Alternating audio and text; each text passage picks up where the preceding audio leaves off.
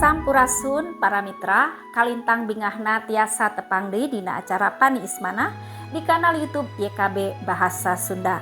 Sateacan urang ngabandungan panglenyepan dinten ieu, hayu urang neneda nyuhunkeun pingpinan Roh Suci. Hatur nuhun Gusti kumargi kadeudeuh kanyaah kasalamatan nu dilebet anjeun tos katampi ku abdi sadayana.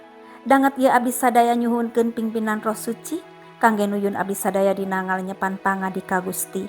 Berkahan abdi sadaya supados tiasa ngaregepkeun sareng ngalarapkeunana dina kahirupan sadidinten. Dilebet asmaning Gusti Yesus Kristus. Hatur nuhun. Amin. Para mitra, lenyepaneun urang dinten ieu dicutat tina buku renungan wasiat anu dijudulan Tuladan Hirup.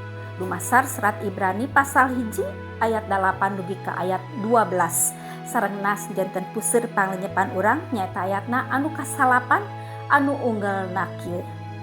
Hidep mikasuka anu bener, mika giruk anu salah. Eta sababna hidep dipilih ku Ama Allah hidep, disukakeun ku harkat luhur, ngungkulan batur-batur.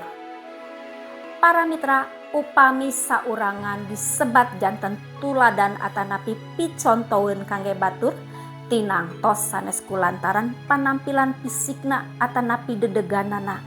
Nanging ku karana karakter atanapi gaya hirup eta jalmi nu dinilai sae pisan dugi kalayak disebat tuladan.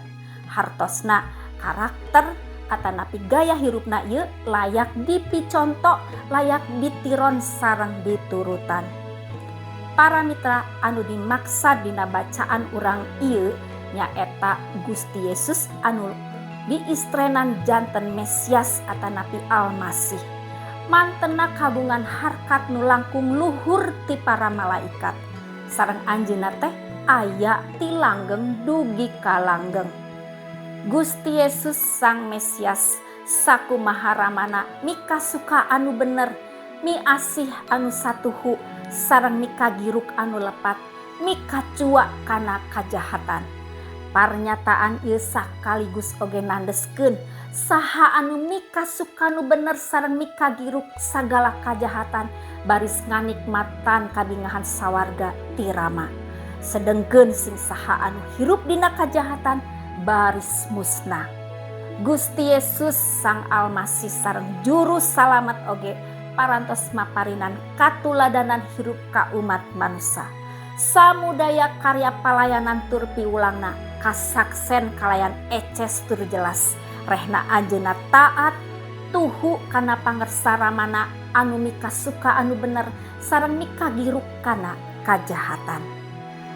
Tah para mitra, minangka jalmi-jalmi anu percanten ka Gusti Yesus tos sakedahna urang ngajantenkeun mantena salaku tuladan hirup anu kedah ku urang dituturkeun, kedah ku urang dianut. Mantena janten patrun atanapi pola hirup anu kamanah ku Rama. Sing saha anut kana katuladanana oge baris nganikmatan kabingahan sawarga. Hayu urang ngadoa.